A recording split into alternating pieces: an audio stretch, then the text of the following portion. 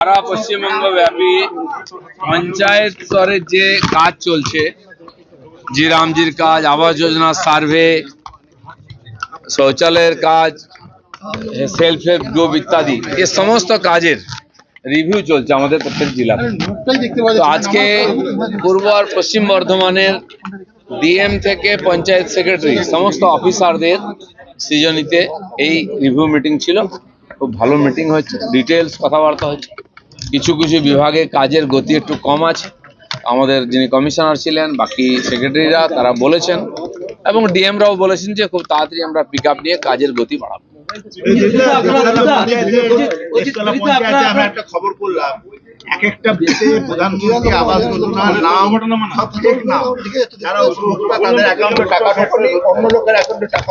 দেখুন, পুরনো যে গেছে প্রায় 30 লক্ষ বাংলার বাড়ির নামে টাকা গেছে, তার মধ্যে কিছু হয়ে গেছে কমপ্লিট, 12 লক্ষ কমপ্লিট হয়ে গেছে, সেটাও আমরা রিভিউ করছি যোগ্য লোক পেয়েছে কিনা। 18 লক্ষ বাকি আছে, ফার্স্ট ফেজের পেয়ে গেছে, সেকেন্ড ফেজের সেদিন 20 লক্ষ 20,000কে মাননীয় মুখ্যমন্ত্রী পাঠালেন। তো এদের মধ্যেও 12,500 নাম ফলস আছে, যেগুলো যোগ্য নয়। তাদের কাছ থেকে টাকা ফেরতের যে নোটিশ আছে 1000 লোক ফেরত দিয়েছে, বাকিদেরও যাবে। তো সেই জন্য সব প্রসেস চলছে একসঙ্গে, কিন্তু কোনো কাজ আটকাবে না, সব কাজ চলতে থাকবে। ফলে বন্ধ ছিল সব কাজ চুরির জন্য, চালু হয়েছে। আমরা সতর্ক আছি, সব ব্যবস্থা ঠিক রাখছি। স্পেশাল অডিট হচ্ছে আমাদের 10% পঞ্চায়েতে, এখানে এই সমস্ত কাজের আবাস জিরামজির যে ঠিকঠাক হয়েছে। যদি গন্ডগোল থাকে আইনি ব্যবস্থা হবে। অনেক পঞ্চায়েতে প্রধান উপপ্রধান আসছে না, সভাপতি সহসভাপতি, তার জন্য আমরা আইন পাল্টেছি যাতে কাজ না আটকায়। সে ব্যাপারে এখানে কথা হয়েছে, প্রধান আসবেন কি আসবেন না সেটা ওদের ব্যাপার, কিন্তু তার জন্য কাজ আটকাবে না। আমিও কালকে ভিডিও দিয়েছি, যেহেতু আগামী 15 তারিখ অবধি আমাদের আবাসের সার্ভে শেষ দিন ছিল, তো সেই জন্য আমি একটা ভিডিও করেছিলাম যে যারা এখন যেখানে পৌঁছয়নি, সার্ভে হয়নি, তারা নাম পাঠান। কিন্তু আজকে খবর এসছে কেন্দ্র থেকে আরো 15 দিন বাড়ানো হয়েছে, আগস্ট মাসটা পুরো সময় পাবো। যেহেতু প্রচন্ড বৃষ্টি ইত্যাদি হচ্ছে আমাদের এখানে, কাজে অসুবিধা হচ্ছে, আর 6টা কাজ একসঙ্গে চলছে।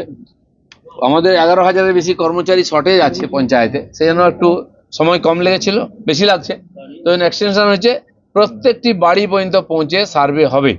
আর যারা যেখানে পৌঁছয়নি তারা নিজের নাম ঠিকানা পাঠান, সেখানে আমরা কর্মচারী পাঠিয়ে সার্ভে করব।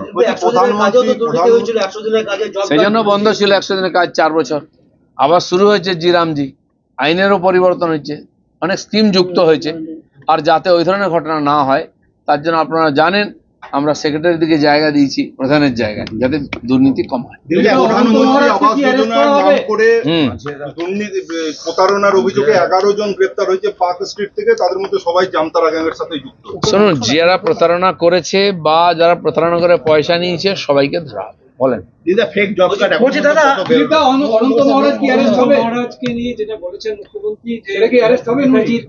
যেটা মুখ্যমন্ত্রী, পুলিশ মন্ত্রী, আইন শৃঙ্খলা উনি যেটা বলেছেন ওটাই বলেছেন, ওটাই হবে। না না, জব কার্ড যা আছে সেই জব কার্ড, যেমন আমাদের 70,000 এই আবাস যোজনায় নাম আছে, যারা ওই 91 লক্ষ ফলস ভোটারের মধ্যে আছে, সে নাম বাদ যাবে। সেরকম জব কার্ডের ব্যাপারটাও ম্যাচিং চলছে। নতুন কার্ড আসছে, গ্রামীণ রোজগার গ্যারান্টি কার্ড জি রামজির জন্য, সেই কার্ড নতুন করে ইস্যু হচ্ছে। পরে যে কার্ডগুলো আছে সেগুলোও চলছে জব কার্ড, সেগুলোকে রিভিউ হবে, ম্যাচিং হবে, যেগুলো বাদ যাবে বাকিগুলোকে নতুন কার্ড দেওয়া হবে। আবাস যোজনায় তো ঘর তো আপনারা দিচ্ছেন, কিন্তু ঘর করবে কারা? বালি তো নেই, মিস্ত্রি নেই, সবাই বেকার বসে আছে, বালি তো পাওয়া যাচ্ছে না। বালি মিস্ত্রি সবই আছে, যদি বেশি দাম হয় বা কোথাও ব্ল্যাকিং হয় বলবেন, আর সেটা ডিএম দেখছেন, এসপি দেখছেন, সে ব্যাপারে আমরা কথা বলেছি। আর আমরা 90 দিনের একটা ঘরের জন্য 90টা আর লেবার দিচ্ছি জিরামজি থেকে, 27,000 টাকা এক্সট্রা তার হবে, মানে 1.5 লক্ষ টাকা হয়ে যাবে বাড়ি একটা খরচা।